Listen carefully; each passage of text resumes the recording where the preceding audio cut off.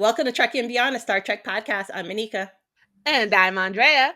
And welcome to the season review and reaction of season 5 of Lower Decks. This is bittersweet because it's ending after the season, and I don't like that. I don't like change. So let's go ahead and talk about it. So, as you guys know, normally when we do our season reactions, we like to have a guest. So that way you're just not hearing our voice and our opinions about these shows.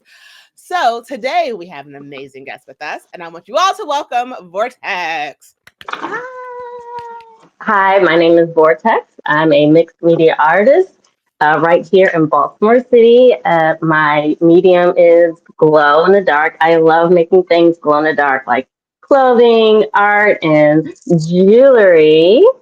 But huge Trekkie fan. Growing up, I would see it on TV, passing by rooms or whatever in my home, and I always thought that looks so fake. And just I understand like going into space, final frontier, but come on, where's the imagination? Like I know it's a starship, but where are the windows? Like looking at some of the first episodes, I'm just getting through. Well, no, I just finished the original series, and now I'm in the next series with Captain Picard. But I'm like, there were no windows. Like, what were they looking at while they were moving? But now there's windows. Um, and even in one of the episodes, I think season 3, episode 15 or 16, like Captain Picard had a poster in his room of a galaxy. Like, what? Was that supposed to be a window? I don't understand. But anyway, moving forward, what really got me into it was Star Trek with Chris Pine. And just the special effects, like, okay, this is supposed to be Star Trek.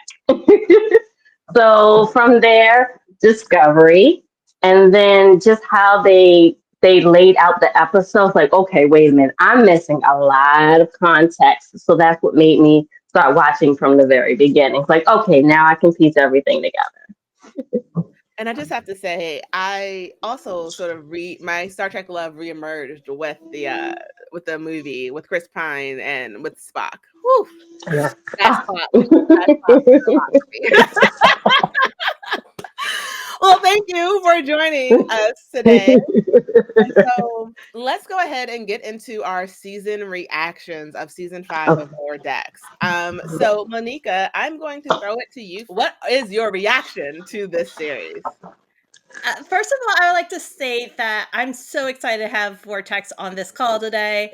We met at a Star Trek convention, Star Trek style convention in Western Maryland back in the day, 2019. I feel like that's back in the day, right? And so they were vending there, and I had the opportunity to meet their family. It was a wonderful occasion, and I'm looking forward to Star Quest returning one day. It's been what an adventure being able to see a Vortex blossom vending wise across the years. And I also am so fascinated with all of the cosplay. Cosplay is always on point.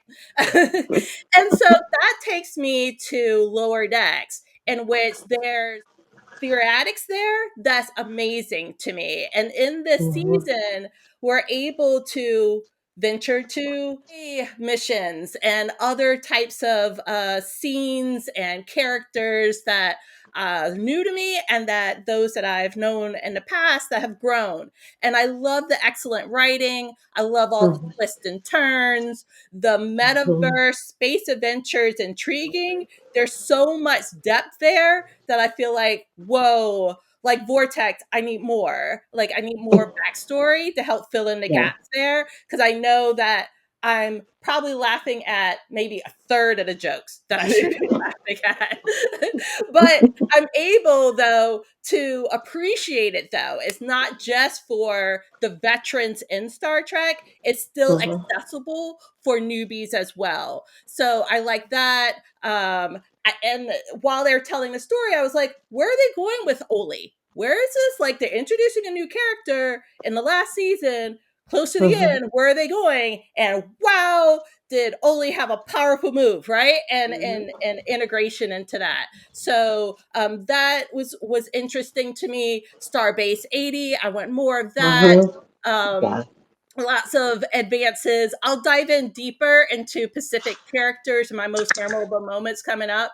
But my overall is that like it's just excellent writing and it balances newbies and veterans. I'm so sad that there's no more. There has to be more. Like we have to get on the phone, write letters, emails, something. I just love the writing as well. Connecting with some of the characters, relating to the characters.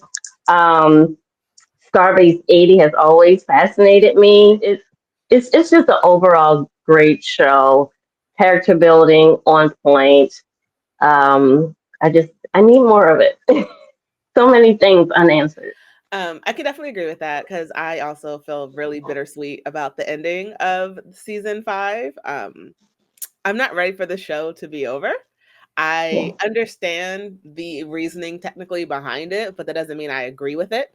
Uh, like Lower Decks can reach audiences that live action can't, just because Lower Deck has the ability Mm, to do the craziest things, show aliens yeah. in all their true forms. They can they're not like they are bound by effects, but not the same type of real life effects like it is for Strange New Worlds and for Discovery. They're not Hmm. bound by like the laws of physics like we are.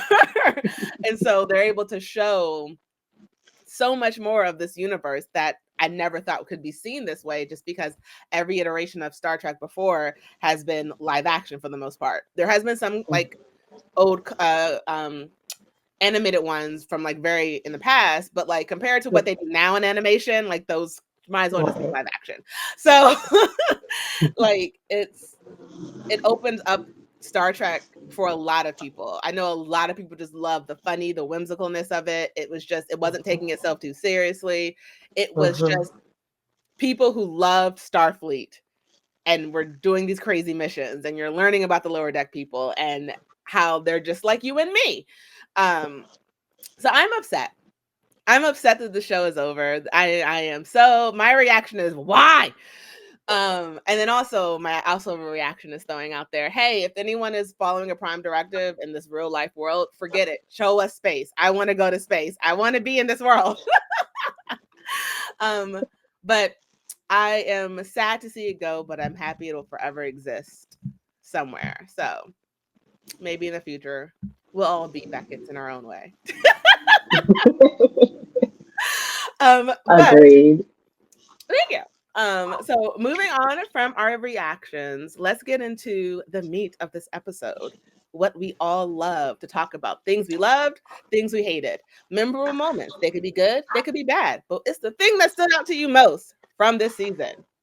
So, in our first memorable moment, Moneca, what is yours? Okay, so this season ended with a lot of promotions, right? And so I just want to note someone's promotion that like was, I want to say, escalated up the career ladder fairly quickly, and that's Talin. So Hmm. Talin, who's the new kid on the block, went from being demoted from the veteran from Vulcan, I want to say command, Mm, and she was kind of like Yes. expelled there and sent over to Starfleet because she wasn't dressing the part because she refused to wear the belt, and then because she was thinking outside of the box. And those are just the qualities that Starfleet and the Federation was able to embrace in Talin. And then Talin was able to blossom up the career ladder, 2 promotions in less than 1 year, up to senior science officer. And so she had the fastest escalation up the career ladder of everyone. And I just want to mention her because she was also able to subtly solve a lot of drama, conflict with Hmm. science, and integrate it and just be so matter of fact, be logical in the situation and solve it, and yet still have her fangirl qualities and integrate her uniqueness. She didn't conform. And she also realized, I'm not on the career, I'm not exactly eligible for that position, but I'll take it. And she was, I was been fascinated with her character as soon as they brought her on, and just to find out that like she wasn't the fifth wheel was fascinating to me. Fascinating. She is a good character. I've loved her since the moment they brought her on, and I'm glad, because like you, I thought she could have been a fifth wheel, and it's like, how is she going to fit into their like true foursome? And they did a great job. And you're right, she did have a very fast track, but that goes to showing Vulcans are just, they got it. Shout out to you, Spock, to saying I'm available. Don't make me fight no Chapel, but but Vulcans just got it, and I love that. Yeah. I agree with you. Yeah, she's great.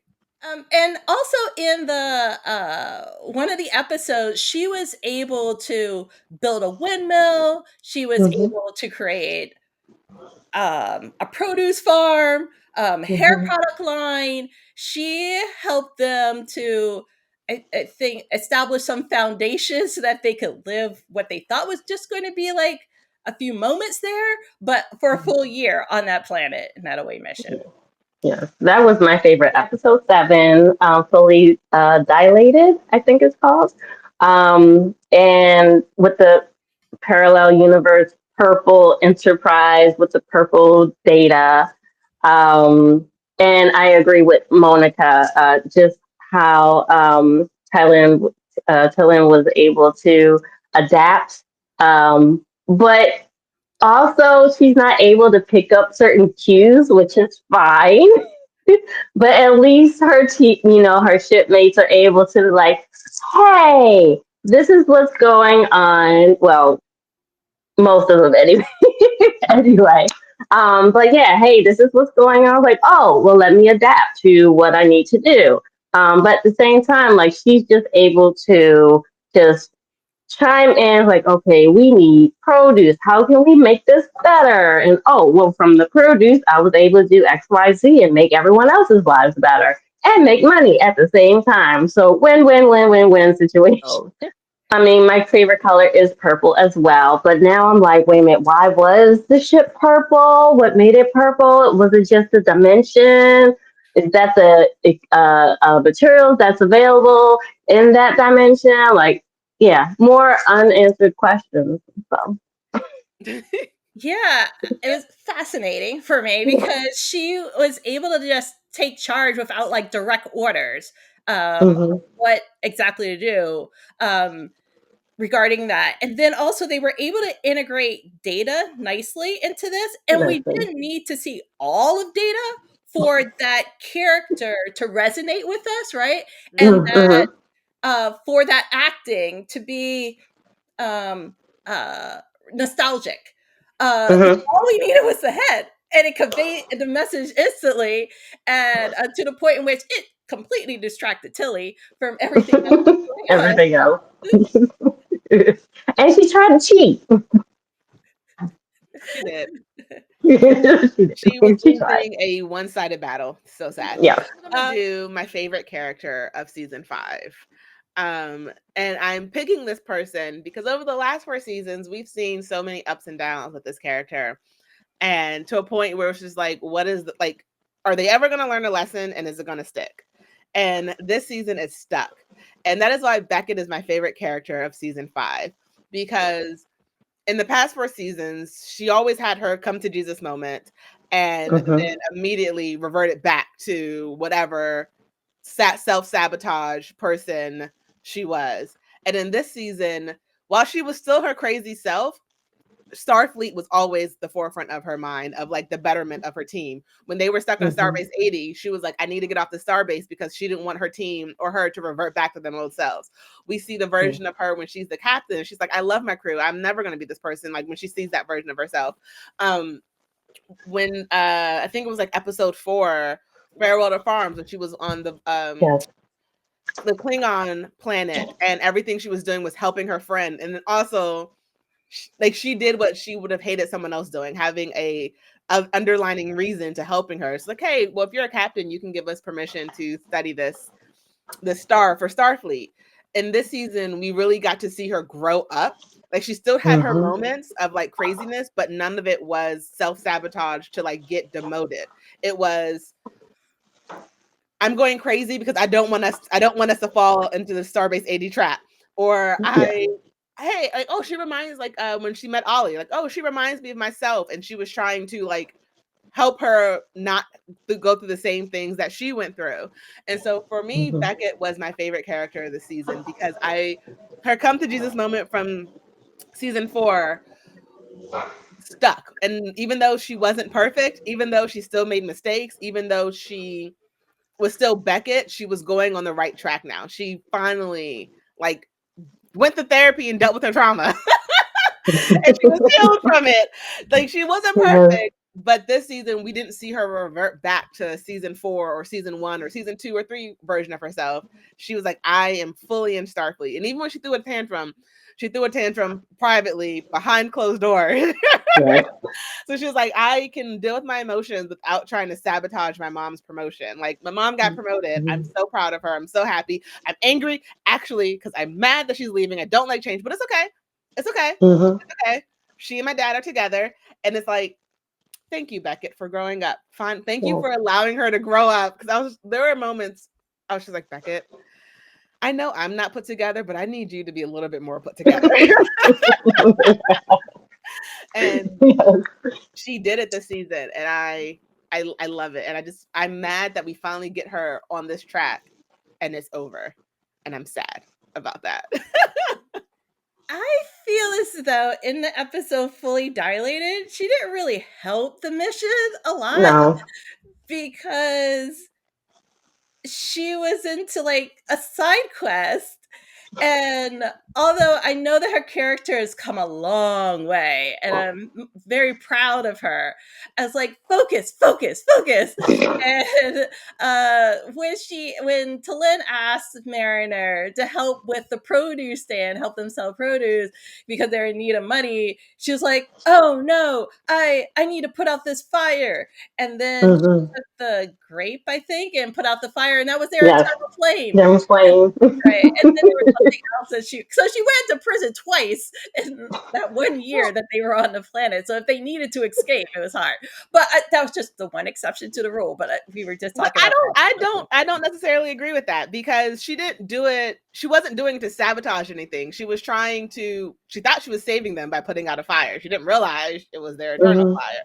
But also, they couldn't go anywhere until it was time, until Rutherford and Boimler brought them back. So it was like, I saw it as, hey, I have a freebie. I have time to do whatever. I want to make a lifelong friendship. I want to have fun and live out a life that won't affect me when I leave. And I don't consider that necessarily part of the Starfleet part, because nothing they did on that planet technically mattered to their lives outside of that planet if they didn't die. As long as they didn't die. And as long as she didn't get pregnant by some random person on the planet as well. But like, they couldn't go home until they were beamed home. Yeah, it's just that they were supposed to discreetly leave. And so it would have been hard to discreetly leave from the prison. That's why I say break the Prime Directive. Break the Prime Directive. Like, is that really helping? Or could you help so many civilizations? Like, you can help so many civilizations if you just broke the Prime Directive. It's okay. It's okay. Break it. Hey, it also hurt some civilizations. It has. So. Well, they'll learn from their mistakes. Break it. But on that note, we are going to take a quick break. And when we come back, we will finish our memorable moments and then just go into what our final thoughts about this season was. Part 2 of the season reaction. Still not ready for this season to be over, or the series, but we'll get to that later, into my denial later. So, Moneca, what is your second memorable moment good or bad, of season 5? This storyline has been like poking at my nerves ever since I watched it. And Okay. so I don't understand it. And so I want to vent about it. It's what I'm calling the weakest plot. And it's the B story in the episode Farewell to Farms. I love the Klingon brotherly love story there, which I think is like the B story. But the A story on the ship, I'm like, what? I don't get it. It doesn't connect much, and it's all negated. So I want to talk about Dr. Mickey Mo's Oh. friends from the past that lied this whole way through this journey and have been lying before, and then like have possibly ruined the careers of culinary artists across the galaxy, because that's not right. And so yes, his friends became his foes, but I think that storyline's been told to such many times. I don't understand this, and I would have loved other plot points. Let's do some other things with this valuable spot, because we only have so much time in the Lower Decks universe left. Like, I felt like this was wasted. 15 minutes of wasted storyline in this 30-minute episode.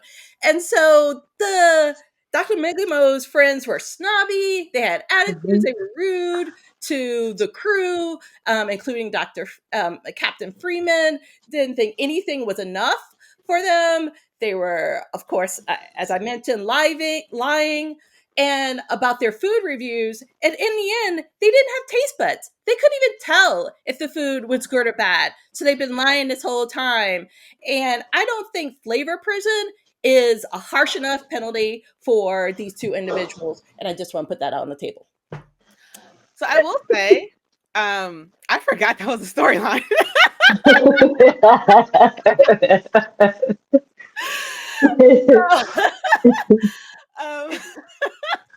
So I have to agree with you. That is this gonna make sense when we get to my second memorable moment. But I forgot that was a storyline, and you're right. That was a week. It was, yeah. I agree. Vortex, anything to add to Moneca's memorable moment, or least memorable moment?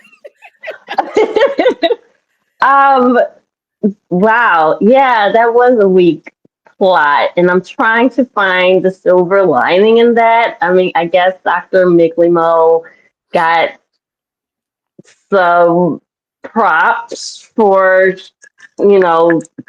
being the what of the mind, the counselor of the mind, whatever he said.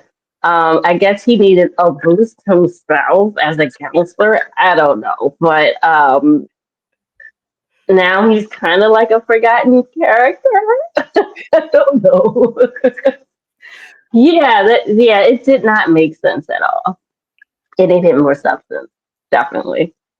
Yes, out of all of the interactions with Dr. Miglimo, the most important, relevant one became towards the end, when Shax and Dr. Miglimo was able to talk about counseling for Shax, right? And instantly Shax agreed to that.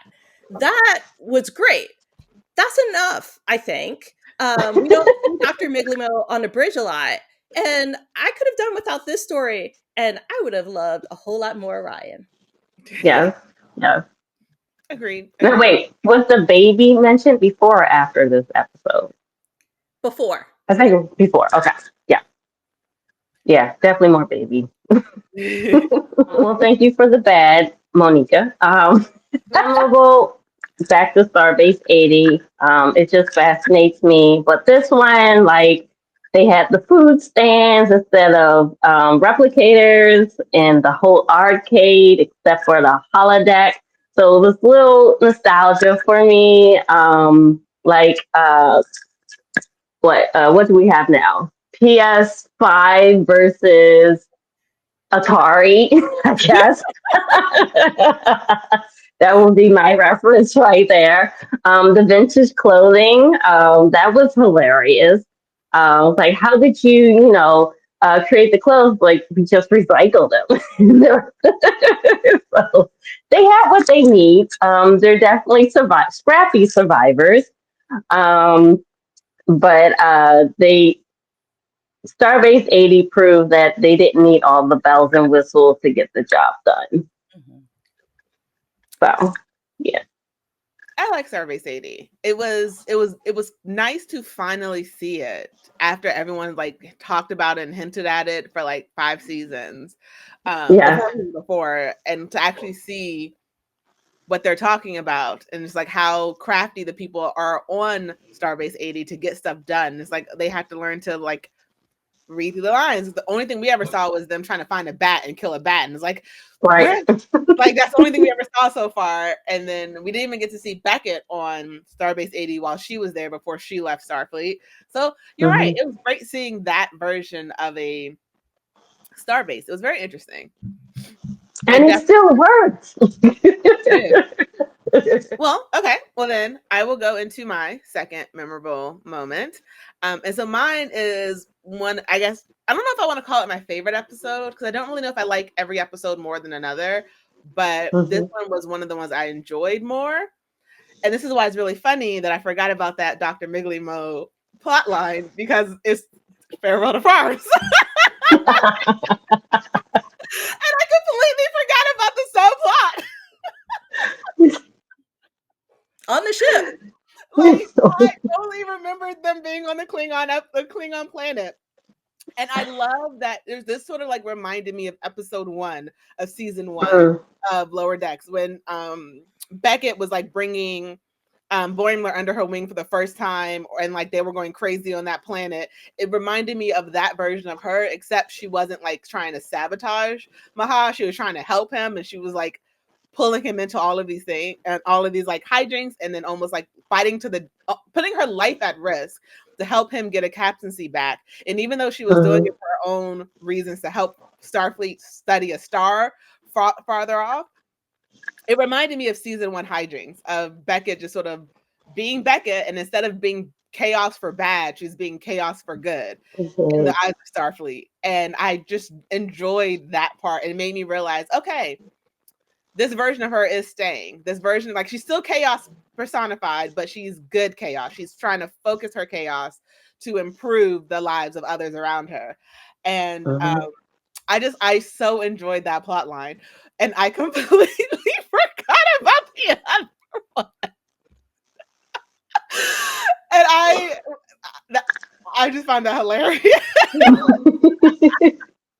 It proves how insignificant it was. And Monica pays attention. Like, oh yeah, I love them on the Klingon planet. That was in my mind. That was the entire episode until Moneca brought up. I'm like, oh, that was the subplot to that my favorite episode, and I definitely, totally, completely forgot about it. So, oh, funny moments in my mind. In the Farewell to Farms, I really like how Boimler knew like a lot of Klingon culture. He would felt that to be like an immersive experience for himself. And he was like all into like blood wine and all this other stuff. And, he was able to think about a solution to the puzzle, and which they all boarded onto, is it Malor, Mahal's brother? Shoulders, and they all like to walk through and all take on the pain from this like obstacle stick. course that they had to complete. I don't know how else to describe this thing, but it was really cool to see this physical teamwork involved, because I feel like many times in this season and also the whole series, Boimler encounters a lot of pain, physical pain, and so it was nice that they all took it on together. Yes. He reminds me a lot about Riker, except for the sex part. Yeah, so. Now he's growing into the beard, right? Yeah, right. Well, let's be honest. If he was on his home raisin planet, he could be like Riker if he ever opened his eyes and realized all those girls were hitting on him. Like, yep. Exactly. In my mind, the Klingon planet is the only plot of episode 4. It's the only. So laughing because I honestly, it did not dawn on me until Moneca said her the weakest plot line. I was just like, that's the same episode. Okay. We see that I just kicked that out of my head because I was like, oh, that's not important. Okay, well, going back to Moneca, what is your third and final memorable moment, good or bad, of season 5? So speaking of Boimer and like all the pain that he has undertook, I feel as though Jet took on a lot of pain too, especially in that episode. Trying to remember the name of it right now. The best exotic. Exotic Night Hotel. Thank you. Episode 3. So Boimer had these preconceived notions that, based on a conversation with his colleague Jet, that there was going to be a lot of pain involved, and so that set him up for like just overthinking it, overanalyzing it. So moving away from that, like we also noticed that Jet like suffered a lot of pain, and then like that's all we. That's an understatement. He lost his hands, man. Sorry? He lost his hands. You're right. It was all nubs, right? And so then there was the episode where there was the upper deckers, and we saw a lot of lower deckers, right, involved with the bridge crew. But Jet wasn't there at all, and then we never saw Jet again. So I felt like Jet became not only the punchline for jokes, but he was like this plot device, and I wanted more from him. And this is lower decks. Not just these 4 characters or 5 characters. I wanted all the lower decks to be able to shine. And I felt like there was just too many jabs at Jet. And these Jet characters, both in Discovery and in lower decks, just seem to disappear. And I have gripes about that. Well said. I wasn't expecting that correlation. But you're not, if anything, consistent. Because you have said this multiple times on Discovery. So, got to give that to you. Thank you. I agree. I thought Jet would be a bigger character because we saw him throughout the seasons. And this was probably the least amount of times I think we've seen him in a season. We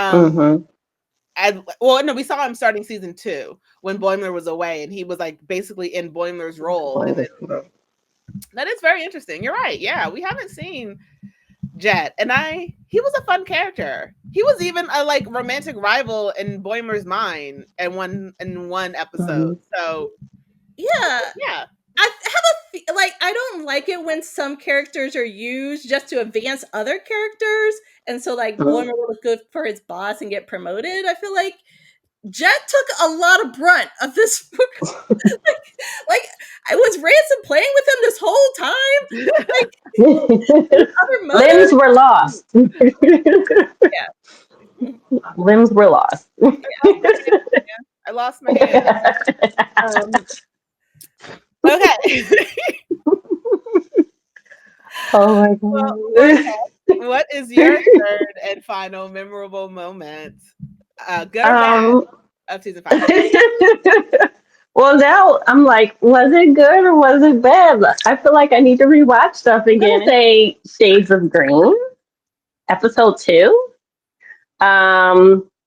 Mainly because like Tindy was in command of her own ship, and she was able to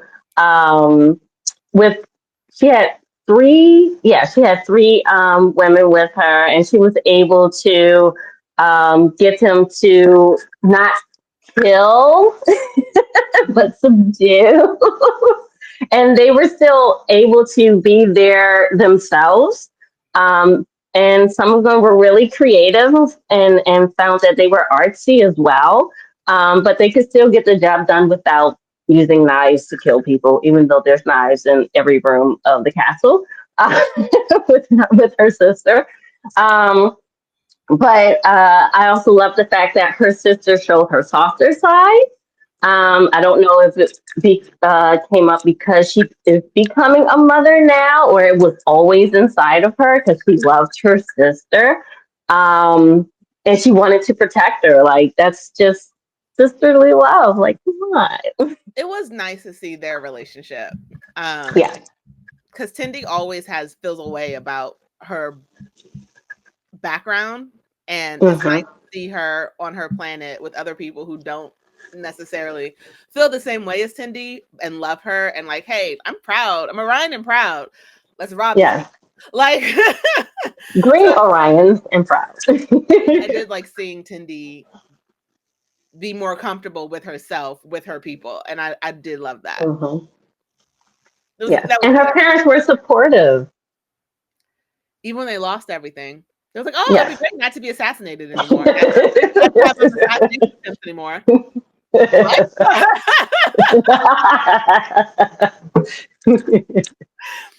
So yeah, I really like that episode. It was also nice to see other Orion cultures and races. So it's Orions. Yes, the Blue Orions.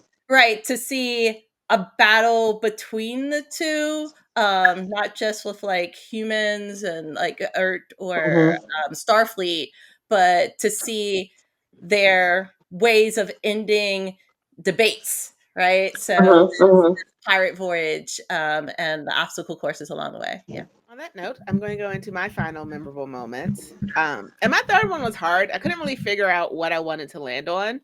And so I ended up landing on the storylines of Boimler and Rutherford. And how, like Beckett, I want to say Tindy, but Tindy keeps showing too much insecurity this season. That I can't really say her. But to see Boimler and Rutherford sort of both grow in their own way and see sort of come complete in the last episode was nice. Season 1 Boimler was just like, I have to do everything in my power to be promoted. And by the end of season 5, he becomes, it's like he met all these different versions of himself and he finally found himself after like seeing all these other versions of himself. And we see that in this last episode. And he's still his crazy. Like I love that even though they learned their lesson, that didn't change who they were. They didn't become new people. They just became improved and better people. It's like, I'm still me. I'm still crazy. I still overthink things, but I'm more secure and more sure of myself. And I'm like comfortable. Like we see him sort of, it's still, Ransom makes both him and Beckett provisional first officers. And they're just like, wait, you can't do that. That's not a thing. To see like him breaking the pad and like, no, I'm saying I trust Beckett. If Beckett said that she didn't do this, I believe her. And it's like it was a difference from when Beckett was like kicked off the ship in season 3 and no one really stood up for her. It was like he's standing up for her now. Like seeing the growth of Boimler come through, and I didn't think the season was going to end with him being like secure himself. And he was, and I was like, oh, okay, awesome, great, thank you. Because he started the season. He started like the first episode 1 started with his voice. And so it's very great. It's great to see that he grew. And at the end of season 5, he's like, I'm getting the recognition that I wanted. And now he's actually earned it. And he has the know-how, he has the ingenuity, he has the like competence to do it. He's not faking who he is this person. And then with Rutherford, we see him being this technological person all through all these seasons. He's always playing with his implant. And in this last 2 episodes, or in this last episode mostly, when he was hating the Cerritos, I'm like, whoa, this is not the Rutherford we know. I thought at one point, I think I mentioned in one of the last episodes, that I was like, is this his other side coming through? His like personality before the implant? Like what's going on? Rutherford is being a little bit more short-tempered than he normally is. And it turns like he grew to the point where he's like, I don't need my implant anymore. I'm enough. And Rutherford's never really had a crisis of faith in the sense of himself. He's always been sort of pretty good about knowing himself, except when he was trying to figure out his past that he couldn't remember. Other than that, like he's been pretty engineering. Oh, I can fix that. I can do that. Oh my gosh, how are we gonna do this? We got this. And then for him to like at the end to end the episode without his implant and just sort of be like a whole person again. It's like, I'm not relying on my implant anymore. I'm going to rely on just me, and I'm fine with that. I thought that was a very interesting take on him because I didn't see that coming. I definitely didn't see him taking off his implant. It was very weird to see this Rutherford without the implant and not the younger version of him without the implant. So I really enjoyed that. Really happy with the way their stories ended, and I was very shocked by it. I wanted more from Tendi, but Tendi in too many episodes showed too much insecurity, and just the last 30 seconds didn't do it for me. And I was like, I want her to be Orion Tendi before she found out her sister was pregnant and just like taking stuff and knowing people's names. I want that consistently from her. But otherwise, I'm very happy with the way it ended. I'm sad it ended, but I'm still happy with the way the storylines ended for my people. So, yeah.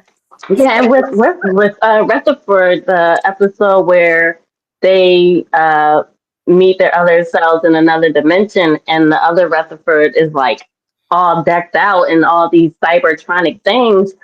I thought he was going to give himself more upgrades too. Yeah, I thought he was going to go that direction, like health, like in a more healthy Right. manner. But right. I thought he was going to do that too. And he's like, I'm going to go back fully human. Like, oh, okay. I'm proud of you.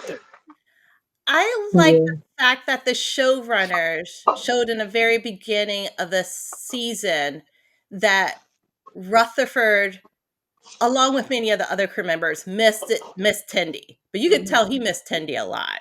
And so he was trying to keep himself busy, but he was missing like his second best friend if Boimler and Rutherford are like besties too. Yeah. And well, remember, he has a secret crush on him. Yeah. So keep them platonic. I want them to stay platonic. But unlike like the Jet character, at least they mentioned Tendi, right? While they were on the ship and she was away. And then also it showed that they care for her, that there's a bond there. It's not like, oh, this character's away and we're not going to talk about it. So he was trying to keep himself busy and missing Tendi. And then also this more cybernetic version of himself made him think a little differently, but like he didn't, in the end, didn't let that get to him. He definitely found his own way. And I agree with you, Andrea. I like how Boimler and Rutherford not only bonded, but went through their character arcs together and came out of this. Yeah. So we're coming to the end of this episode, which is almost the end of us discussing season 5, which is very sad. But before we get there, let's talk about our final thoughts of this season. I am glad that the chief showrunner knew going into this that this was going to be as they were writing season 5, that this was going to be the end, because that allowed us to have closure. But then still they were able to write storylines that made it a possibility for maybe opening up, like, I don't know, movies, or maybe like a spinoff. And you could have lots of different spinoffs from this. So that's an art in itself, I think, to write a story that gives closure, but then it still allows for a little bit of openness, but at its base still allow for your audience once again to have this closure, right? So you don't, and I felt like that wasn't the case in a few others. So for the new Star Trek, I feel like there was a lot more closure here than in like Discovery. Like this was definitely a wrapping up, right? And so I'm curious about a lot of things, but I can wait a little bit for it, right? So I'm curious about Starbase 80. I want Shax to become like number 1 underneath of Ransom. I want more Orion adventures, and maybe Tendi like beams over there, but they're on their own missions and things. I want to learn more about like Tindy's great grandmother, and Mhm. she was also a mistress of the winter constellations, and then like how that all tied in. So it has me definitely wanting more, and that shows that this finale in this season did a really good job in presenting itself. I also like how it ended. So many possibilities. Of course, a movie. A movie would be great, but it would have to be a three-part movie maybe. Just putting it out there. Who are the middle deckers now? Who are now the lower deckers? Of course. Um, is this going to turn into a game? If so, we have to play it so we get more of the storyline, which they could probably pack so much material if it became a game. Um, Crossover with Discovery, of course, because Discovery spans across the whole timeline. And yeah, it's a cross-build starship or something like that because of the spore drive.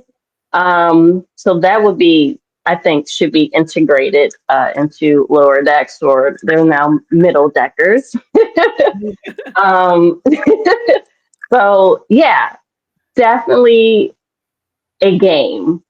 I think would be really good, so we can play out as the characters and get more backstories and storylines. So, putting it out there, I'll be a beta tester for the game. Me too. My final thought is I love this show, like to an extent that is probably not healthy. I like this Lower Decks was just so much fun.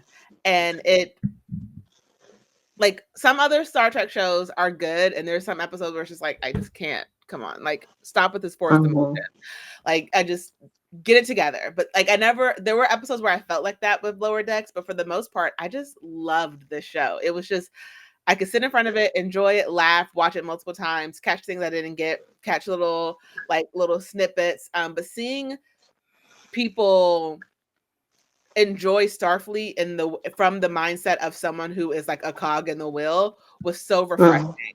Um, in like Discovery and Strange New Worlds, we are always getting the bridge crew. It's always the bridge crew. It's always the bridge crew. And there's nothing wrong with the bridge crew, but sometimes you want to see more ensigns. And I don't want to only meet an ensign and oh no, they died. Like, you always know when someone's going to die if they get recognition at the beginning of the episode, and then they go on the away mission. Well, that person's dead. Like, that's like how it always goes. And with Lower Decks is like, we got to see these ensigns grow up, and normally we don't really get to do that unless they're like a main cast member, and like they're just a small side story, and then they're used for plot fodder for the bridge crew to be like, oh my gosh, we lost someone, we really cared about them. And Lower Decks was just like, this is the working man, this is the everyday person on the Starfleet ship, and I loved that concept. And wherever they go from this, whether it's a movie, whether it's another TV show that branches off and shows a different angle, well, part of me feels like it would come from Starbase 80 because they set it up so well that Captain Freeman is taking it over. I think if we got anything, it would be from Starbase 80. But I feel like any type of show that we get from Lower Decks would just be amazing because they opened up the Star Trek world to endless possibilities with this new style, and especially with this new funny comedy drama action style versus it just being life or death in every other Star Trek episode. It was just, hey, they're boldly going, they're exploring, they're having the fun. I didn't think I cared about Second Contact, but I do. And I just want forever and always for people to engage their core because Ransom said it. And I am an advocate for platonic relationships. I am such an advocate for platonic male and female relationships on every TV show. And that's why I want Boimler and Beckett to always be platonic. That's why I want Rutherford and Tindy to always be platonic. But Ransom and Beckett, make that happen. I want to hear about it in Starbase 80. I want Captain Freeman to get something from Ransom that says, can I please date your daughter? I'm attracted to her or whatever. I need this. Since season one, I have wanted Ransom and Beckett together. I don't care how, I want it. I need it. And my final thought is, I want Beckett to engage her core.